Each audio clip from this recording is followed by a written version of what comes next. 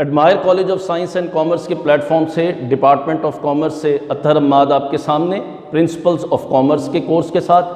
بیٹا آج ہم آپ کے سامنے لیکچر نمبر 6 لے کر آئے ہیں، اور اس کلاس میں ہم دیکھیں گے وہی ہمارا ٹاپک جو چل رہا تھا، objectives and functions of business. ہم نے اس کا پچھلی کلاس میں اوور ویو لیا، ہم نے دیکھا کہ اس کے کیا کیا آبجیکٹیوز ہوتے ہیں ایک اچھے بزنس کے، اور اس میں ہم نے ایک ٹاپک ڈسکس کیا تھا کہ ہمارا جو پروفٹ ارننگ ہے اس کی کیا ریزنز ہیں، پروفٹ ارننگ کا کیا آبجیکٹیو ہے۔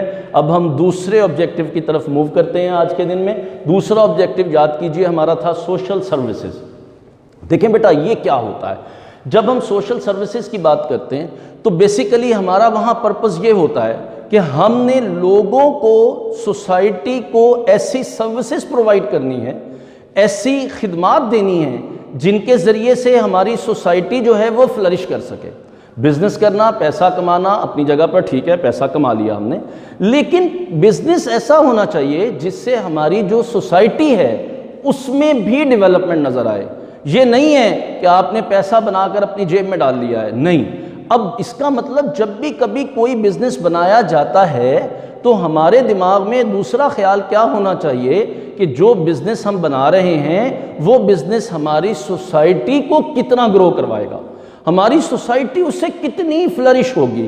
اب یہاں اس کو دیکھتے ہیں کہ کون کون سی ایسی فیسلٹیز ہیں جو یہ سوشل سروسز ہماری سوسائٹی کو پرووائڈ کرتی، یعنی یہ بزنس کرنے سے ہماری سوسائٹی کو کون کون سی فیسلٹیز ملیں گی، یہ ہے ہمارا آج کا ٹاپک۔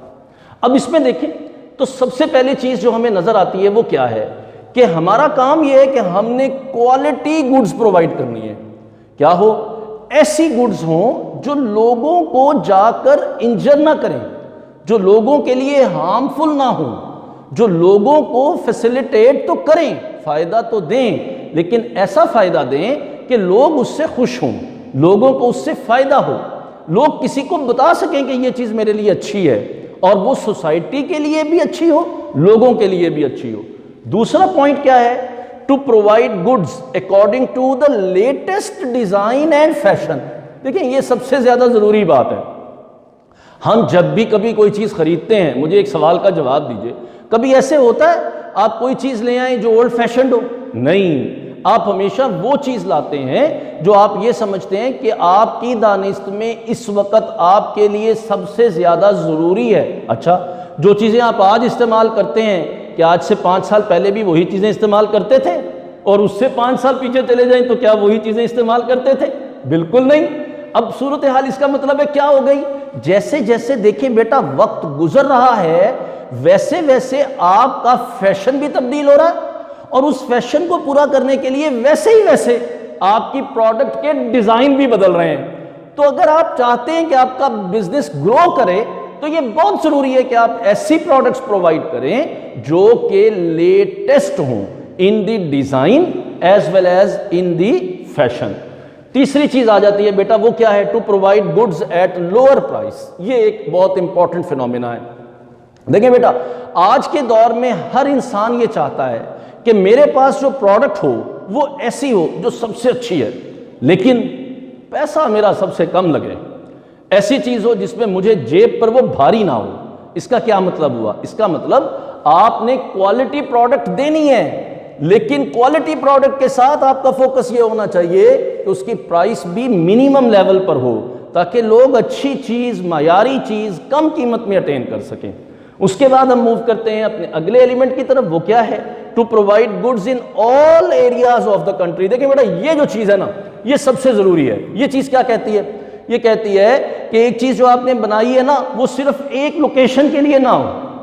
اگر ایک لوکیشن کے لیے ہوگی تو وہ تو پھر وہیں کی رہ گئی نا۔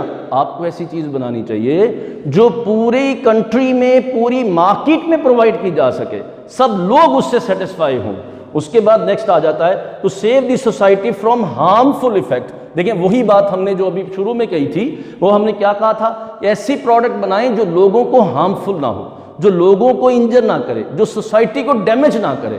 تو پلیز ہمیں جب بزنس سٹارٹ کرنا ہے اس چیز پر فوکس کریں، ہمیں جب بزنس سٹارٹ کرنا ہے ایسی پروڈکٹس کے ساتھ کرنا ہے, ایسی سروسز آفر کروانی ہیں جو کہ سوسائٹی کو گرو کریں, ڈیولپ کریں, ان کو انجر نہ کریں, اور پھر to help and encourage the cultural activities. دیکھیں بیٹا یہ سب سے ضروری بات ہے.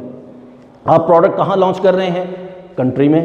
آپ پروڈکٹ کن کو دے رہے ہیں؟ لوگوں کو. لوگ کہاں رہتے ہیں؟ اگین اسی کنٹری میں. لوگ کون سی چیز خریدیں گے؟